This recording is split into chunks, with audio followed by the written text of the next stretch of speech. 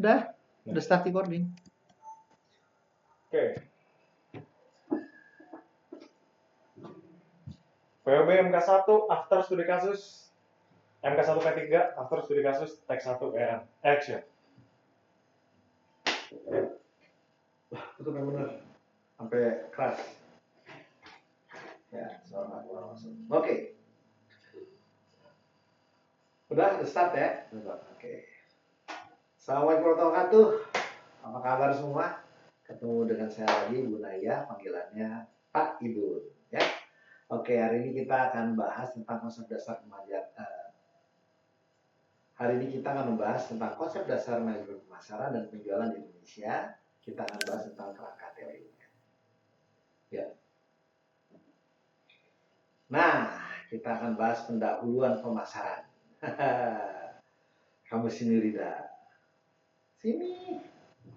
Sini. Nah, gue bacanya gimana? Nggak kelihatan, Pak. Menurut lo kelihatan nggak? Kalau saya masih kelihatan. Gue nggak kelihatan segini.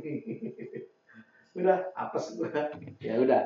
Nah, sekarang lo lihat di situ. Ya, ini sampai mana yang nggak kelihatan layarnya? Masih kelihatan nggak? Kelihatan laptopnya ya? Nah, Ini belum. Udah kelihatan dikit. Mau jadi kita ini, Pak. Udah. segini aman. Aman. Ya. Ya, di situ nggak Itu ada. HP nggak bawa di situ, Pak. Ya udah nggak apa-apa. Situ aman kan? Itu aman. Oke, ya udah. Ya. Baik. Ya, action. Ya, kita akan pendahuluannya dulu tentang pemasaran ini. Ya. Definisinya dulu ya, teman-teman.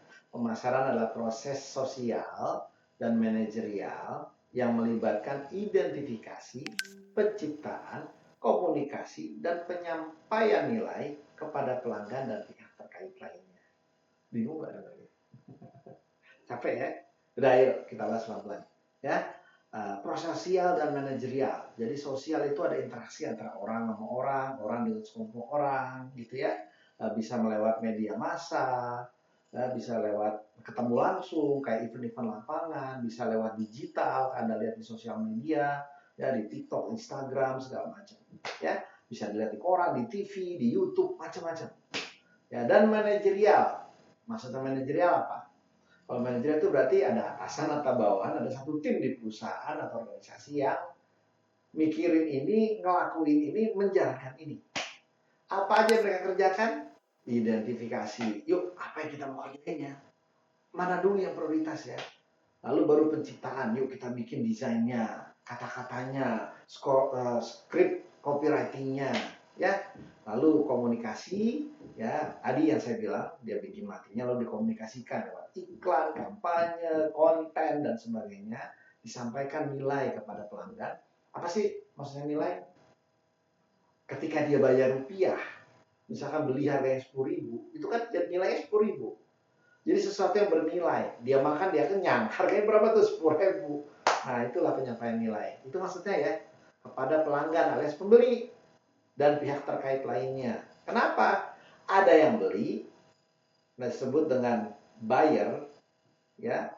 Ada yang makan atau menggunakan, disebut dengan consumer. Nah, ada pembeli, ada pengguna kalau dalam bahasa Indonesia. Itu pihak terkait. Ya bisa juga masyarakat luas gitu ya, kalau dia sebagai orang yang merasa lihat iklannya lalu bilang iklannya bagus, atau iklannya yuk kita boikot yuk. Itu masyarakat pemerhati. Ya, itu definisi dari pemasaran tadi.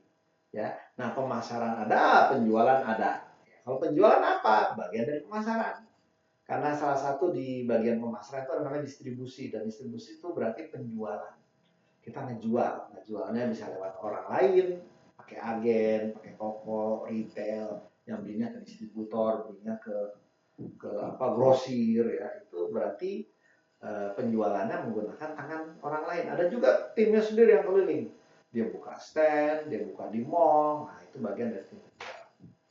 Ya, nah kenapa pemasaran penting dalam bisnis? Ya iyalah, kalau nggak ada penjualan, kita bayar gaji orang, kita bayar dapat penghasilan dari mana? Awalnya harus ada penjualan dulu, ya. Nah, memang kalau pakai teori kita sebut ada memenuhi kebutuhan pelanggan.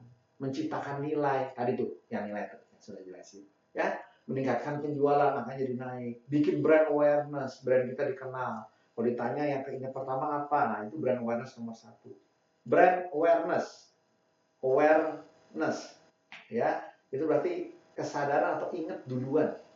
Brand apa yang kamu paling inget kalau nyebutin motor? Wah, nomor satu apa? Banyakan orang akan nyebut Honda. Dan ternyata brand awareness dengan pangsa pasar atau jumlah pembeli terbanyak itu berhubungan. Ya, dan brand awareness penting banget karena kalau udah dikenal brandnya mudah jualannya. Kalau belum dikenal siapa lu? Nah, susah. Ya. Dan terakhir menanggapi kalau ada perubahan-perubahan di masyarakat, ya, di dunia, di kompetisi, ada kompetitor baru. Ini pemasaran penting banget buat BRC.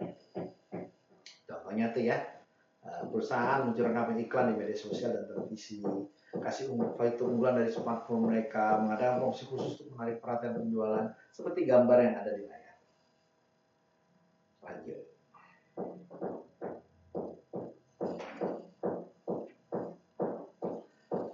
Nah, lagi ketok-ketok. Nah, bagaimana konsep dasar strategi pemasaran di Indonesia? Sebenarnya ada dua ya konsep dasarnya ya. Kita nyebutnya ada model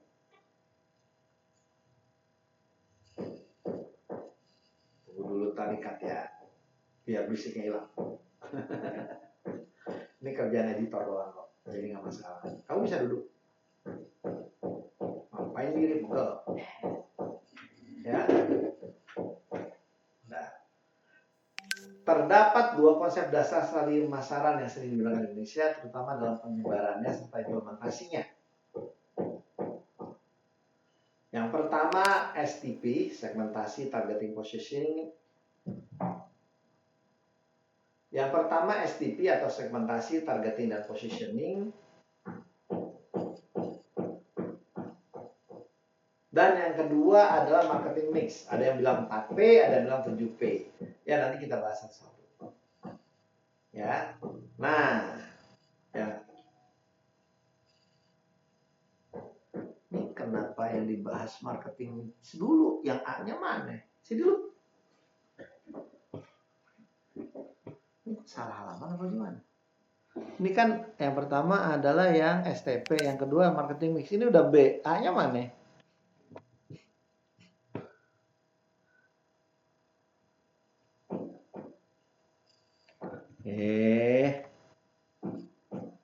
Ini salah halaman nih.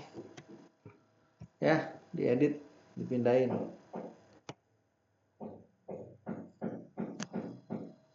Ya, setelah modal pemasaran, lalu proses pemasaran, baru strategi pemasaran. Oke, kalau strategi. Nah, itu ada yang namanya STP, baru pemasaran khusus pelanggan. Materinya salah nih.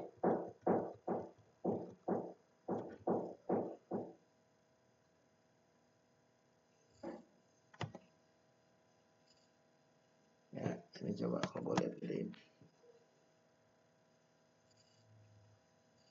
Nah, nggak usah. Ini dibuang aja biar orang nggak bingung.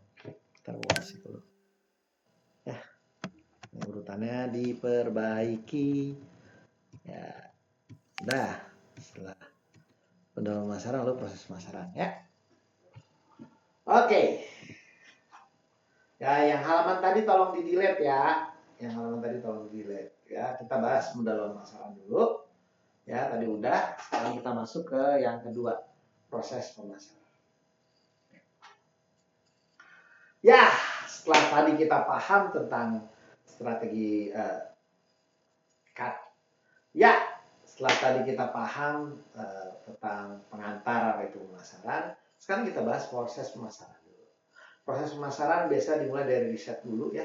Setelah di riset, dia segmentasi pasar, lalu penentuan target pasar, dan positioning produk. Ya, riset itu penting banget tuh, karena dia mencakup pengumpulan data, analisis data, penentuan target pasar berdasarkan hasil data yang diriset. Ada beragam cara riset, ya, dan Anda bisa dapat ini di materi mata kuliah sebelah tuh, pemasaran. Itu lebih detail dibahas di sana. Setelah kita riset, ya kita lihat pasar, kita segmentasikan. Ya kalau saya gambarkan di sini misalkan ada tabel dibagi jadi 9 kotak. Ya, kotak 1, 2, 3, 4, 5, 6, 7, 8, 9. Ini adalah segmen kita semua. Lalu dari semua segmen mana yang mau dipilih? Ya, proses bagi pasar jadi kelompok yang lebih kecil berdasarkan karakteristik tertentu, misalkan demografi. Apa itu demografi? Itu loh, ya data-data demografi kependudukan, ya umur, kelamin, pendidikan, lokasi tinggal. Kita bilang wah pasarnya kita balah ya pasar kota yang daerah kota atau urban dengan pedesaan atau daerah Pulau Jawa, Pulau Sumatera, Pulau Kalimantan itu bersama lokasi. Ya atau kita ngejar anak muda, itu berdasarkan umur, ya. Atau kita ngejar yang buat wanita, misalkan lipstik atau perawatan muka, itu berdasarkan jenis gender. Ya, psikografis, kondisi psikologi dicampur dengan demografi, itu disebut psikografis. Ya, contohnya orang tua yang saat ini punya anak umur masih di bawah balita, sama orang tua yang sudah matang umur 40 tahun ke atas. Nah itu lihat dari segi psikologisnya juga. Anak-anak suka nongkrong dan juga dari perilakunya. Ya, nah dari perilaku ini ketahuan seperti apa yang kita ambil. Ya oh anak-anak yang kalau dia naikin harga dia akan begini. Oh dia sukanya belanja yang angka segini ya. Kita lihat macam-macam. Setelah segmentasi pasar, yang ketiga adalah penentuan target pasar. Ya oke, dari semua segmen ini yang kita mau ambil sama ini yang lain kita bodoh nggak mau pegang.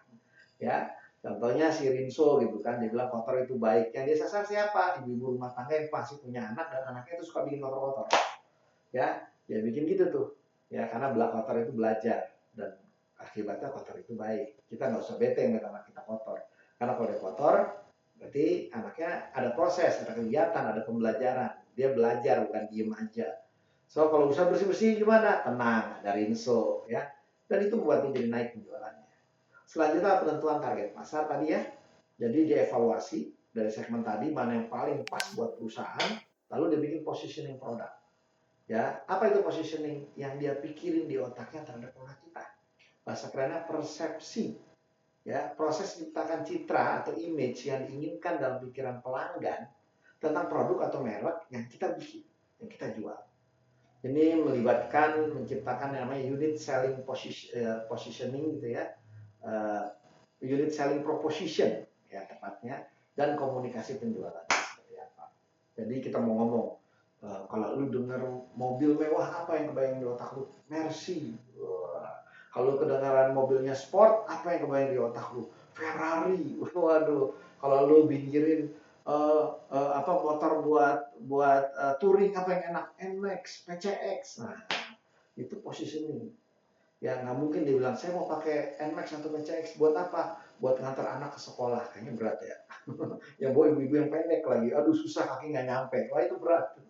Ya. Nah ini positioning biar sesuai dengan target nanti kita mau kasih tahu bagusnya produk kita apa, unit selling proposition atau komunikasinya seperti apa nanti iklan-iklan.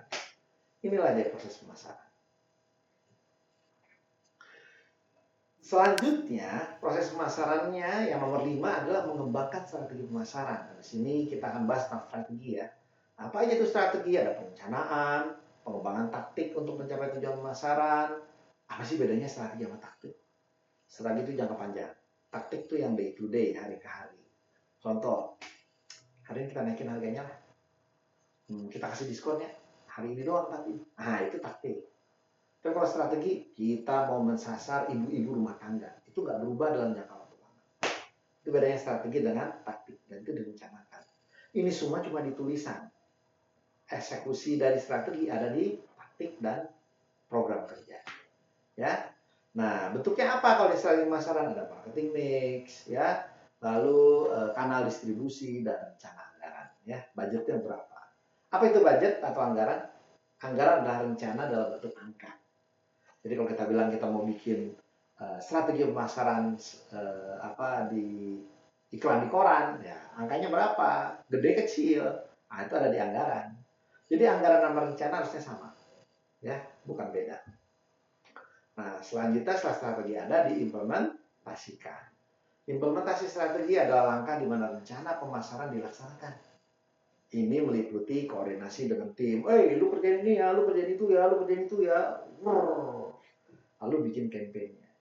Biasanya kalau untuk produk consumer goods atau yang seharian dipakai oleh orang-orang itu, ya seperti makanan, ya, yang consumer yang digunakan oleh orang-orang secara umum, ya, itu dia harus sebelum launching, sebelum dia iklankan, itu 2 bulan sebelum diiklankan produknya harus ada di pasar dulu. Begitu produknya sudah ada baru diiklanin. Karena nggak lucu banget. Produknya udah diiklanin, orang datang ke pasar, ke toko, nggak ada produknya. Orang mau pesan online, nggak ada produknya. Itu kan nyari mati namanya. Nah, ya kayak gini nih harus disiapin dulu. Dan ini perlu koordinasi. Cukup paham ya? Yuk kita lanjut. Ya. Nah, dari sini kita lihat dulu ya. Setelah tadi proses pemasaran, kita bahas komponen pemasaran. Ya, itu ada produk, harga, promosi, tempat, orang. Ya, Anda harus paham inilah. Kalau nggak paham, tinggal baca aja di layar. Oke? Itu penjelasannya ada di layar. Selanjutnya ada lagi proses bukti fisik atau physical evidence. Ya, kalau proses itu cara kita memberikan produk atau layanan kepada pelanggan. Ya, pengalaman pelanggan, sistem dan teknologi yang kita pakai. Kalau bukti fisik, kalau kita bilang dia produknya produk premium, orang-orangnya tampilannya premium enggak? Kalau tampilannya ke laut, mohon maaf, tampilannya bilang produk premium. Yang tampil bajunya mencang-mencong, ya, perempuannya nggak berdandan. Aduh, itu nggak sesuai. Nah, bukti fisik ini harus sesuai. Jadi kalau bilang desainnya kita menengah atas, kita startup, tapi tampilannya jelek, itu kan ada yang aneh ya. Nggak kena. Nah, ini menunjukkan kepada positioning. Nah, 7 hal komponen pemasaran itu yang disebut marketing mix. 7P. Ya, yang saya bahas tadi. Ya. Jadi pemasaran strategi itu ada STP, segmentasi, targeting, positioning. Lalu ada lagi 7P. Ini 2 area yang berbeda tapi nyambung. Pertama STP-nya dulu beres, yang kedua baru 7P-nya. Semoga paham ya teman-teman. Yuk kita lanjut. Nah, tadi saya udah ngomong konsep dasar strategi pemasaran ya. Ada 2, STP, segmentasi, targeting, positioning, dan 7P, marketing mix. Ya. Nah, sekarang bagaimana pelaksanaannya? Ya, jadi ketika dibuat strategi pemasaran, ya, definisinya apa sih strategi pemasaran? Adalah rencana yang dibuat oleh perusahaan untuk menjangkau target pasar dan mengubah mereka menjadi konsumen. Ya, ada hal-hal yang perlu diperhatikan dalam strategi pemasaran. Apa aja tuh? Target pasarnya, marketing mix atau bauran pemasaran, anggaran mau berapa angkanya, media yang mau dipakai buat promosi. Yang paling banyak zaman sekarang buat UMKM adalah media sosial.